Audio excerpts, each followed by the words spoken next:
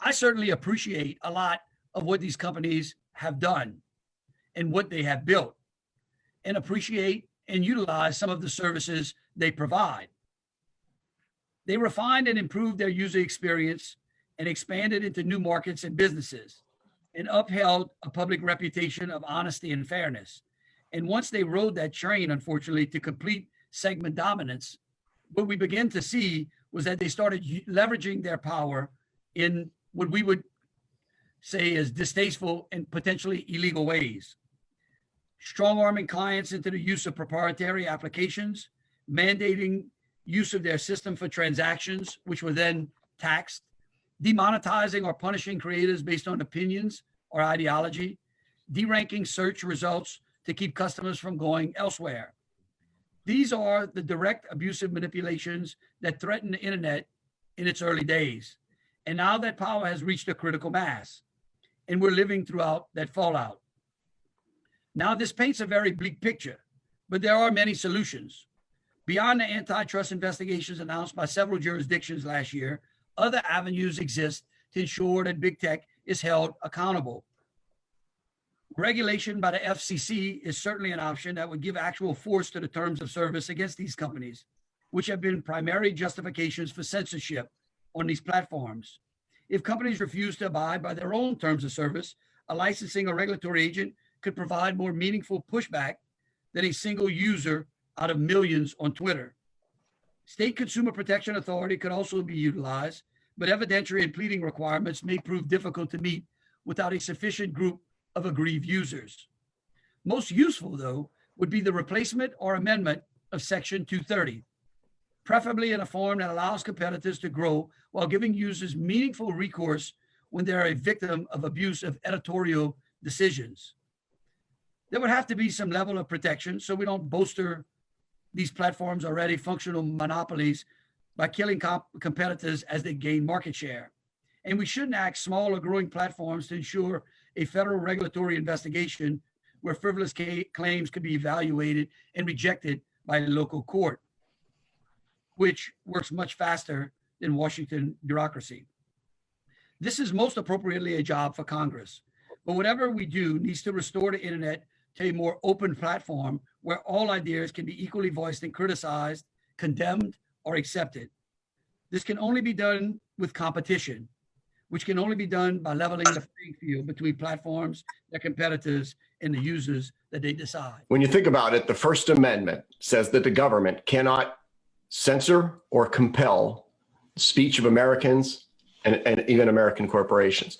So the government cannot compel the New York Times to carry your stories, Aaron, and it cannot compel Twitter, Facebook, and YouTube to carry things that are against their community standards. It's a non-starter because it's the First Amendment to the Constitution. So you've created this notion of a false choice in that somehow the government could step in and force everything to be out there. That's not what can happen. Instead, you strip away 230 and virtually none of our views are going to be instantly available on social media because the social media companies would be sued in a heartbeat the first time they took actions to take down material. So when you ask the questions in a poll, you really ought to say, are you in favor of getting rid of Section 230 if it means that users can no longer share their news and views on social media? That's fine then. We'll return to the era of the liberal mainstream media controlling all the news and views we get to see. Look, what you recognize is that big tech is the only industry in this country that basically is shielded from this type of liability protection. Broadcasters, radio stations, other forms that move media and interact with the public don't have that type of liability protection under 230, but yet they still survive. And I would take to heart, and I appreciate Steve's comments, but I don't believe that big tech is in any way the biggest savior or friend of conservatives. Now, I'm not saying that they're a big savior for liberal interests as well, but certainly when you look at the censoring that's been done on political speech, it tends to be lean more towards censoring conservative speech rather than liberal speech. And there are a multitude of particular examples. I also agree with his comments earlier about the great tools that big tech did provide during this pandemic, but I'd also point out there were also harmful censorships that they did as well. I'd give you an example.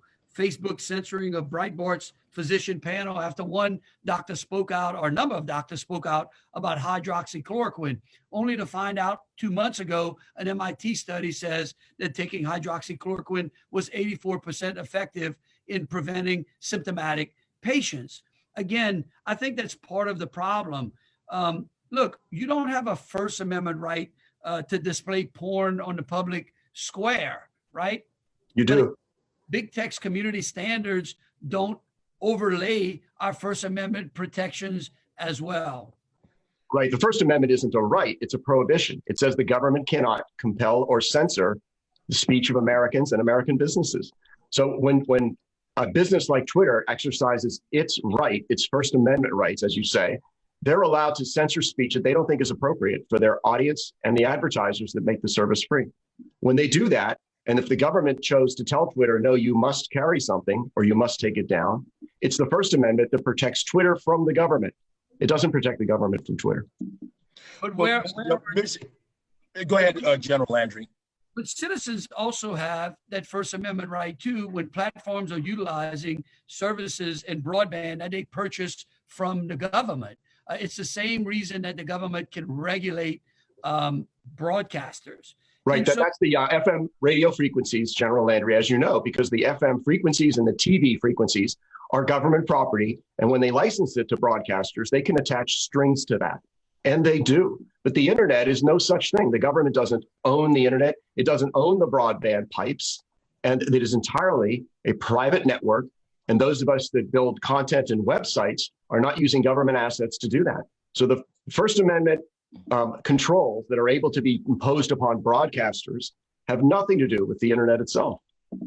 Well, contrary to Al Gore's opinion that he built the internet, the government actually did build it. And I would say that most of the broadband that telecommunications carriers provide, that some of your content flows over, are all spectrum that is bought from the government. Now, it'd be fascinating to see the theory behind that, whether you would bring a case or you would ask someone to write a law that the internet is a government property the way that the FM airways are. That'll be fascinating, but it wasn't among the different ideas that I've seen surface so far. Earlier, you said that the internet platforms are completely different than publishers, say the New York Times or Washington Post. But hang on a minute, the comments section of the New York Times and Washington Post, where you and I can offer comments on stories that we see or read, those comment sections are protected by Section 230.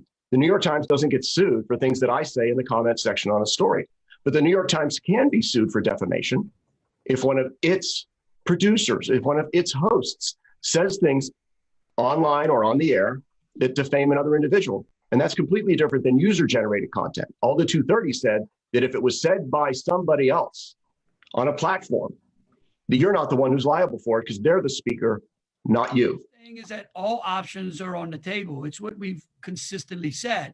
I do believe that when you look at the predatory activities that they've taken, Steve mentioned Parler earlier. It's interesting, Parler's offline now. Why? Because Amazon chose to take them off of their service. What we're seeing is big tech actually perform the very activity that they claim they would not do, and that they would allow competition on the platforms, and that competition was readily available on the internet. But yet we're seeing the opposite action from big tech. Paul is a great example. I think it's outdated and it has outlived its use. And I believe that we should have faith in allowing the courts to be able to settle these particular disputes. I also believe that 230 doesn't sweep as broadly as many in the legal world do believe.